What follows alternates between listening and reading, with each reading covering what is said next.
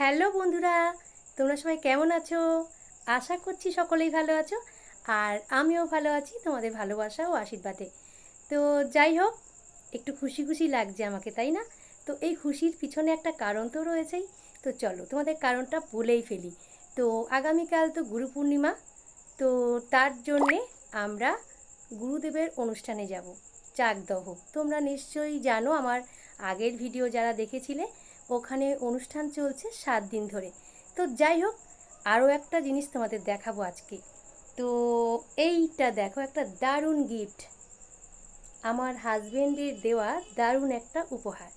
তো এটা ভেবেছিলাম তোমাদেরকে আমি পরে দেখাবো, ভেবেছিলাম পুজোর সময় পরবো। তো আগামীকাল যখন যাচ্ছি, তো নতুন জিনিসটা কি ফেলে রাখা যায় বলো? আর নতুন জিনিসটা তোমাদেরকে না দেখিয়ে তো পরা যায় না, তাই না?